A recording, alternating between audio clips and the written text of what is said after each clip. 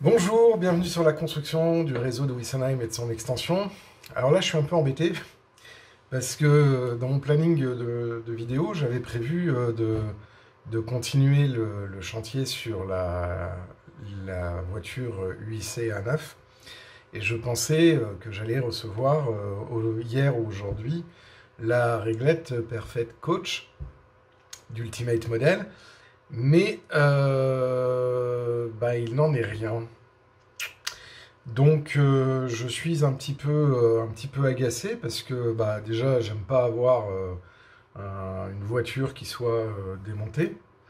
Et ensuite parce que j'ai quand même fait un planning de vidéo de la semaine par rapport au temps que je pouvais allouer au modélisme ferroviaire, parce que j'ai fait quand même d'autres activités, notamment mon activité professionnelle à côté. Et donc, du coup, je n'avais pas eu le temps de préparer un chantier pour pouvoir commencer, que ce soit du décor, du câblage, etc. Parce que je m'étais dit, aujourd'hui, j'ai une semaine, une journée, ce créneau, 1 heure pour pouvoir faire le chantier, ce qui ne va pas être le cas. Donc du coup, cette vidéo, elle va être un petit peu particulière parce que je vais répondre à quelques questions qui ont été posées en commentaire. Ça sera donc une espèce de pot-pourri mini FAQ imprévu, mais je vais essayer de la rendre un petit peu intéressante et de rassembler un petit peu les questions qui m'ont été posées. Alors la dernière des questions qui m'a été posée, enfin plutôt qui était un commentaire et qui appelle une réaction, qui concerne le nettoyage de l'aérographe et le fait que un aérographe, ça peut s'endommager si on le nettoie incorrectement, si on l'utilise incorrectement. Alors, je suis tout à fait d'accord avec cette idée-là. Un aérographe, c'est comme tout outil sujet à l'usure, et toute mauvaise utilisation peut provoquer une détérioration qui parfois peut être irréversible. Donc ça, c'est tout à fait vrai. Néanmoins, il y a quelques petites choses que je voulais quand même ajouter. Je ferai une vidéo spécifique au nettoyage de l'aérographe, mais je voulais quand même vous parler de ça. Lorsque l'on nettoie son aérographe et qu'on doit enlever la buse, et qu'on doit enlever l'aiguille et enlever la buse, la première des choses que l'on fait, c'est qu'on dévisse la virole. On la dévisse, simplement. On dévisse le carter de protection de la buse. On dévisse le gicleur. Hop, voilà, c'est tombé. Et ensuite, on fait pencher, on pousse, et on retire l'aiguille. On ne la retire pas de l'autre côté. Ça, je suis tout à fait d'accord avec la remarque qui a été faite. On la retire vers l'avant. Maintenant, une fois que l'aérographe est comme ça, là, on a un corps unique. C'est-à-dire qu'on ne peut pas enlever le godet sur le Lansat 281. Donc du coup, on est quand même obligé de le démonter complètement. Donc, on enlève la pompe. Donc en fait, c'est la valve d'air. Et on dévisse derrière le mécanisme de retrait de l'aiguille. Ce qui va avoir pour conclusion, excusez-moi, je fais ça en direct. Et donc, voilà, de libérer la petite gâchette. Hop, voilà, petite gâchette comme ça. Toc. Là, évidemment, c'est sur l'Aéropro 281. Et là, ensuite, après, on a un corps d'aiguille qui doit être nettoyé. Et là, moi, ce corps-là, je le mets directement dans de l'eau déminéralisée, complètement. Pourquoi? Parce que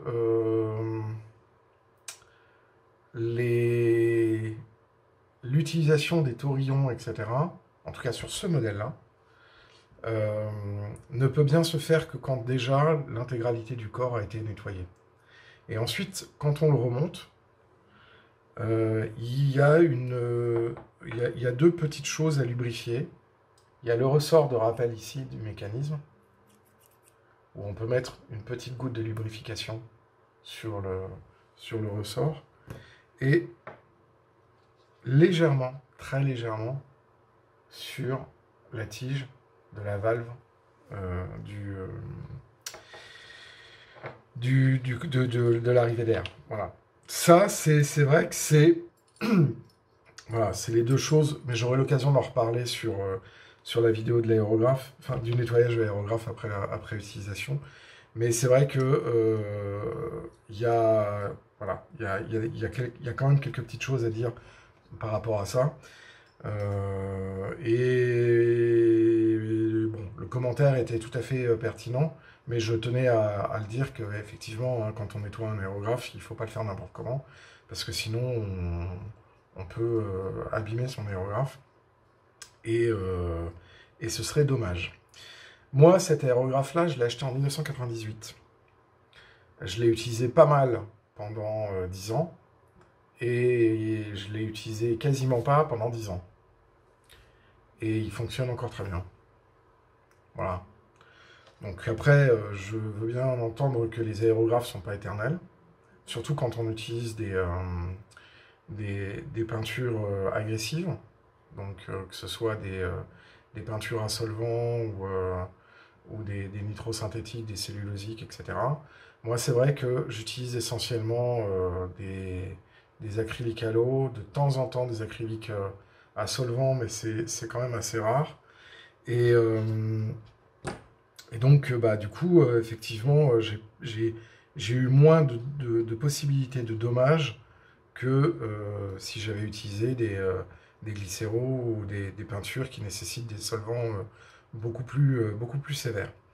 Donc, pendant que j'étais en train de vous parler, j'ai remonté l'aérographe. Ensuite, après, une fois qu'on a remis la buse, on peut repousser l'aiguille. Mais là, il y a une astuce. Il ne faut jamais remettre l'aiguille à fond la caisse. Il faut toujours lui laisser 1,5 mm environ de retrait. Et après, on ferme le virole. Ça permet d'avoir une meilleure course et un réglage plus facile de votre course de peinture. Voilà. Et ensuite, après, je remonte. Donc, ça, c'était pour la remarque concernant l'aérographe. Maintenant, il y avait une autre question de débutant qui m'a été posée sur la menuiserie et sur les matériaux à choisir. Alors, en ce qui concerne la menuiserie d'un réseau, ça dépend énormément de la structure du réseau que vous allez vouloir mettre en place. Ce qu'il faut savoir, c'est que en fonction de la complexité de votre réseau, vous allez être amené à utiliser certains types de matériaux. Maintenant, sur le réseau de Wessenheim, j'ai utilisé des tasseaux de 32 par 32 et de 42, je crois, non, de 38. De 38 par 38. Donc là, c'est des tasseaux de pain. Et j'ai été les chercher à Leroy Machin, Casto Bidule, Brico Trucmuche, enfin voilà, c'est dans les magasins de bricolage. En ce qui concerne les plateformes de voie, du contreplaqué de 10 mm ou du contreplaqué de 15. Au départ, je faisais ça avec du contreplaqué de 10. Les deux hélices sont faites en contreplaqué de 10. Par contre, toutes les parties visibles du réseau sont faites en contreplaqué de 15. Donc, sauf le plateau de la gare, mais tout le reste sera fait en contreplaqué de 15. Parce que le contreplaqué de 15 a une meilleure stabilité à la dilatation, à la torsion, à tout ce que vous voulez, que le contreplaqué de 10.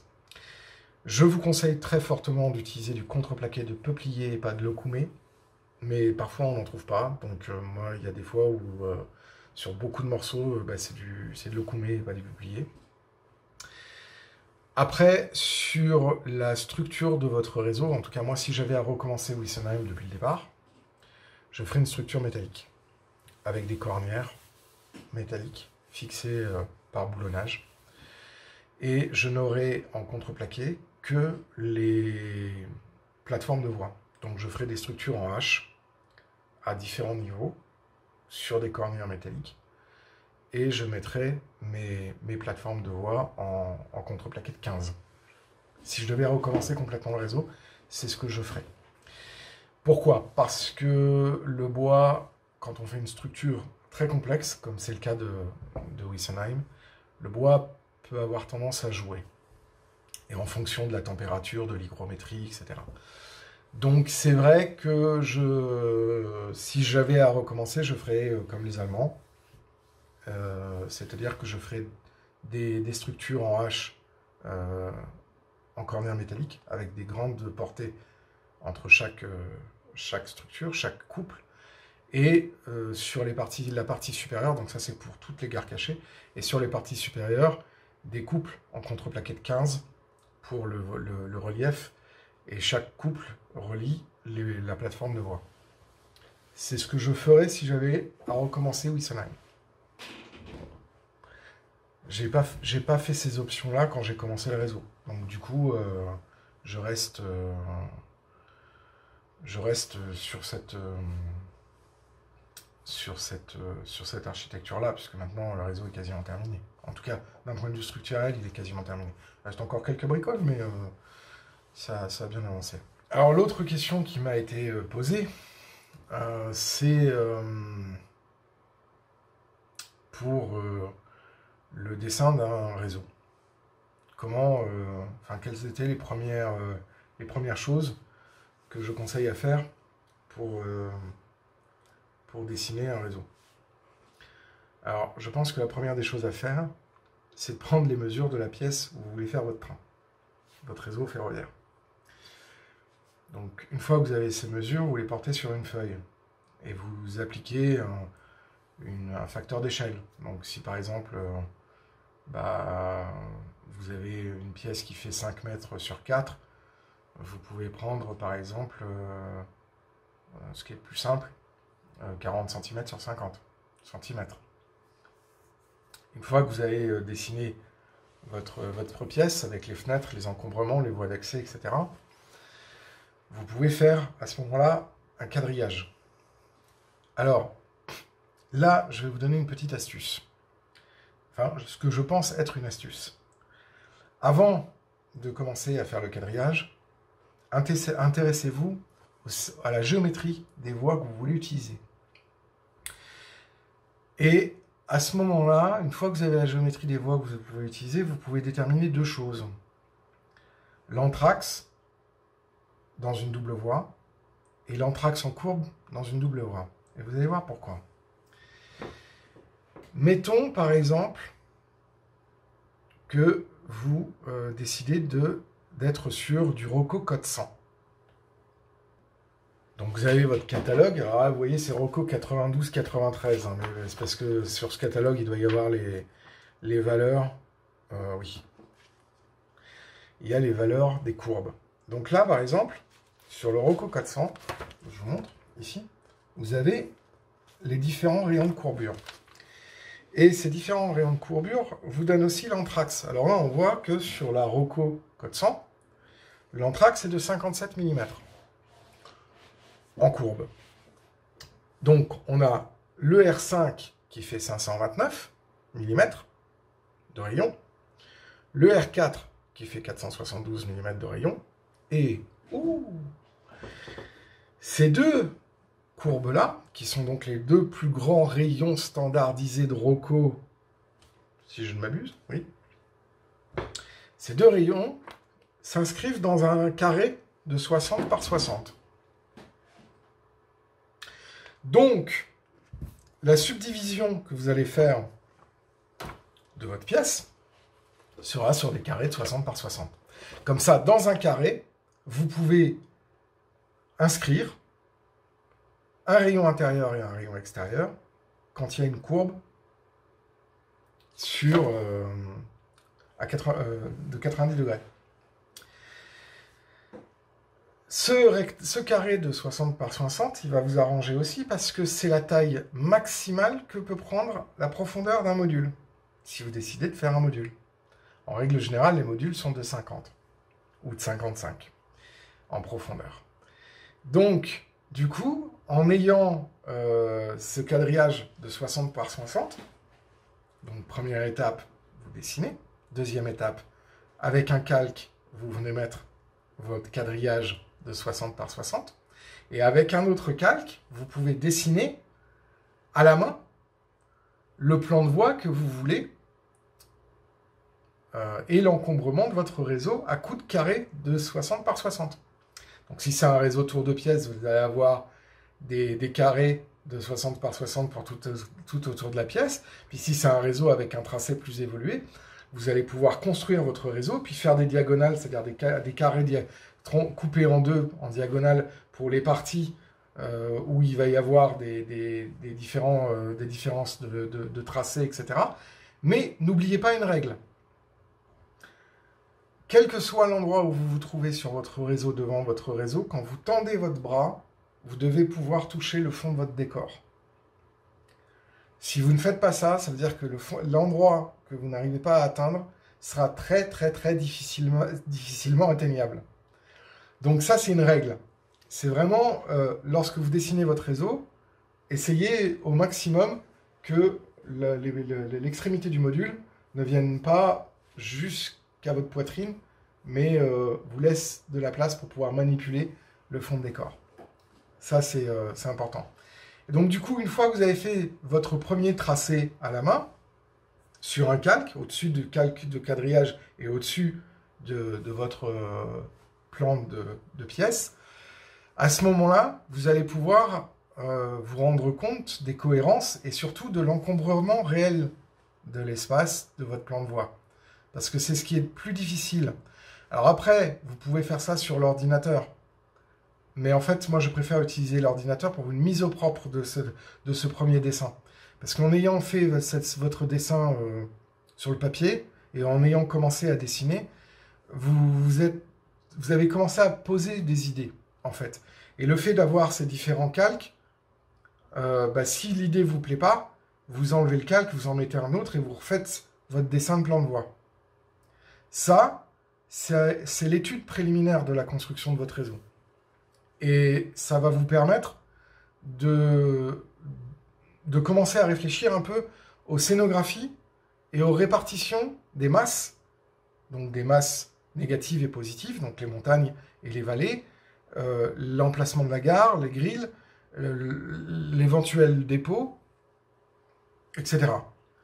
Et à ce moment-là, vous pourrez prendre depuis un logiciel de dessin ou sur les gabarits que vous pouvez trouver sur Internet pour les plans de voie, je pense notamment à Peco, vous pouvez commencer après dans un logiciel de dessin à mettre ça au propre pour pouvoir affiner votre